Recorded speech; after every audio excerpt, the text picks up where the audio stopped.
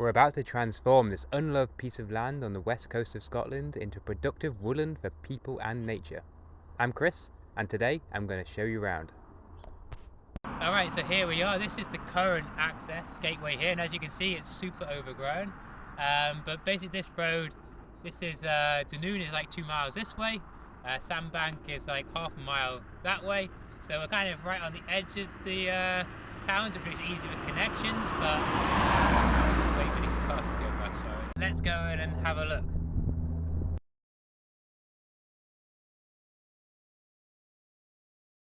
Okay, so this is the first field, the biggest field, and as you can see, we're kind of, we've got the trees around us here on the edges of the field, and also between the two fields is this burn stream. Burn's a Scottish word. Briefly, while we're here, this is where the car park's going to go, by the entranceway, and then the cabins are in this direction over here. So we'll go down there away from the road noise, and then we can talk a bit more about this field when we're down there.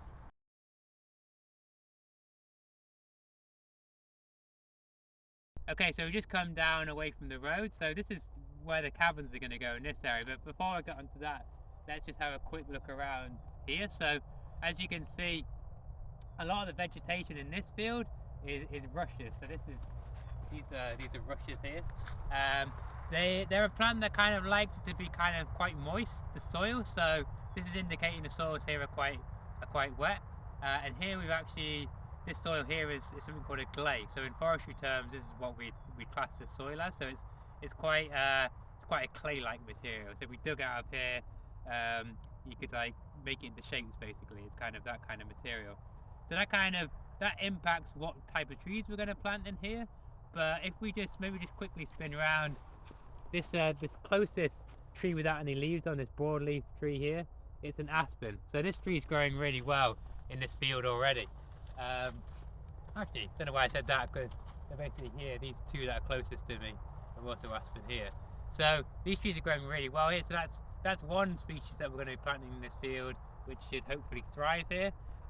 It's a tree that should produce timber that we can use around here as well for building things, hopefully. I mean, this is obviously quite a long time away, but this is the long-term plan of the project here, that we're creating a forest, a woodland that's going to produce timber, but also while it's growing and while it exists is being beneficial to like nature and also for people as well. So it's hopefully going to be an attractive place to be. And on that note, we're going to be managing the woodland here under a method called continuous cover forestry. So this is a type of forestry which could also be classed as regenerative forestry. So we never ever clear felling all the trees in one go, as a conventional forest would be. As maybe you can see behind, this is a clear fell forest up on the hill behind us. You can see big patches which have been recently cut. So that's not what we're doing here. We're always going to be taking a small amount of trees out, or only ever taking a small amount of trees out at a time. This woodlands for biodiversity as well, for nature. So it's a mixture that we're doing here with the type of trees that we're planting and the way that we manage it. So yeah, we could talk a lot more about the trees and things like that, but let's leave that to another video, just so we don't spend hours on this video. I was also, while we're here, let's just talk a bit about the cabins. So we've got 5 cabins in this area. So the cabins are kind of spaced out from each other, just to give a bit of privacy to each one. They're all kind of slightly pointing in different directions as well. So we've got a couple which be pointing onto the hill behind. We have a couple that are facing this way. So you've got some kind of views of distant hills in this direction, and then another one which will be facing into the current trees here. So all a little bit different. And obviously as the trees grow here, the views from each of them are going to change, but trees take quite a long time to grow, so at least in the first few years we're going to have good views from each one. What else am I going to say while I'm here? Maybe I did mention it before, but basically the car parking is when you drive in. So the cars are kind of going to be up there, so which means around the cabins it's going to be car free, and hopefully that's kind of atmosphere that we're trying to create here. What else can I say? Yeah, so we all have a sauna, so you'll be able to, people come and stay here, will be able to book and use the sauna. So I'm thinking maybe at the moment it's going to be a mobile one, and we can kind of move it around potentially to where the best spot is in that season. So potentially we could be over there at some points, looking out onto the hills. It could be down by the stream, which is obviously quite a nice environment to be looking, which is obviously different to any of the views the cabins are going to get. So we'll just see how that goes. Maybe it can even go into the field on the other side. So we're not putting any cabins in the field on the other side. So maybe that's another option too, but some flexibility there. Right, now let's go and look at the burn.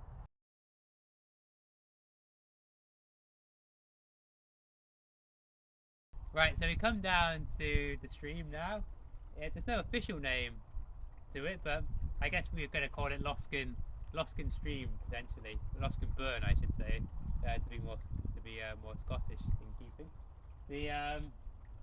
This flows down to Loch Loskin, so probably less than a mile in that direction is Loch Loskin, which is partly why we've used Loskin as the new name of the wood here. The trees that we got growing around here, we got around the burn itself, we've got spruce here, but we've also got quite a lot of alder. So like this tree just over here, this is an alder. Maybe we can get some better shots with some leaves on as well to put in here.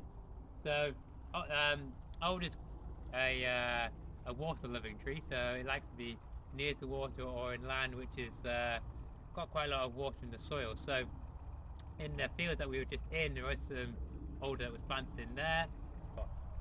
Right, we're going to head over to the second field, the western field, and we can look at the differences in that field compared to the first field.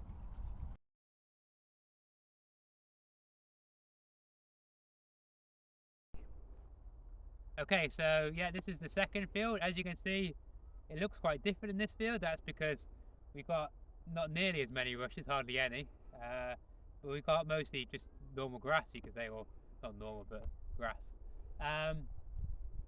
So that's because the soils in this field are quite are different to the other fields. So this is a much drier soil in here.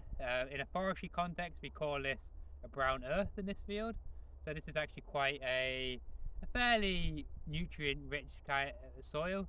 It's very flexible in terms of the different trees that will grow here. A lot of different types of trees will grow here, and it kind of continues, as you can see, basically up into the bracken, which is the kind of orangey colour you can see it over in the distance. So yeah, there's a really big oak tree just inside the field at the top end, which also suggests this is a good place for growing many different types of tree as well.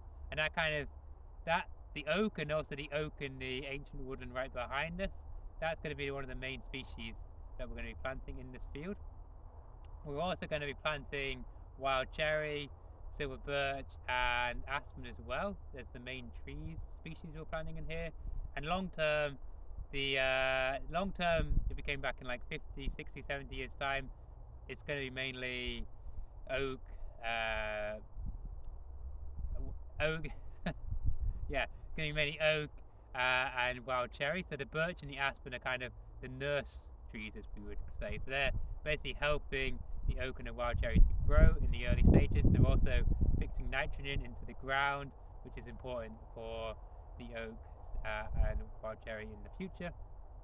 We're also going to be planting some other kind of smaller shrubs and trees as well in here, just for the biodiversity context. So for example, hazel could be a good one. The great thing about hazel as well is we can also coppice the hazel and use those products in the woodland for other things as well. We're just gonna head to the back of the field now, and we'll just chat a bit about the kind of the history of the land around here.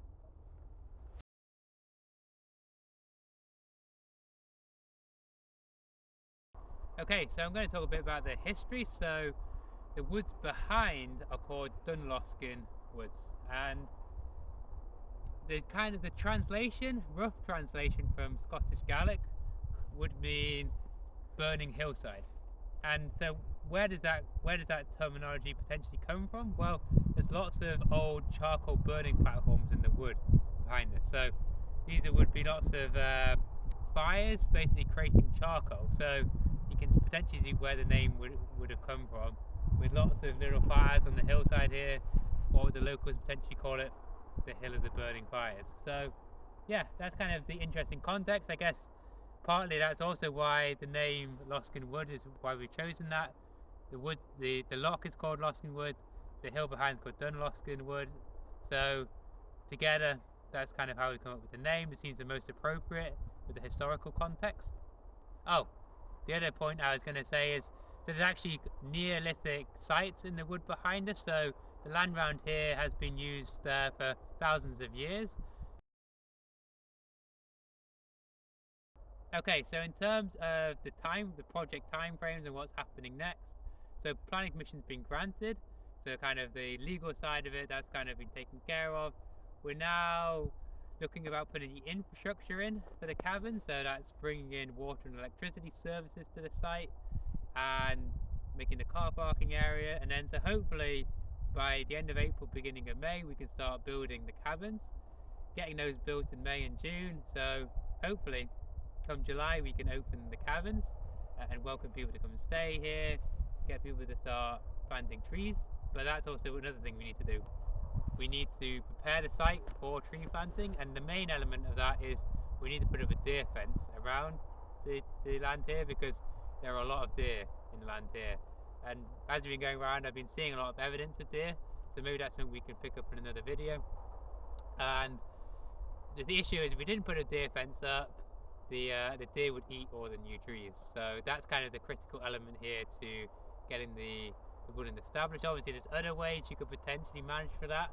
For example, putting in very large tree tubes, but it kind of doesn't look it's not that attractive if you want to come here and spend time kind of enjoying the woods. So yeah, we need to put up a deer fence, is kind of the big thing in that aspect. And then, yeah, then when you come and stay, you can help us plant the trees.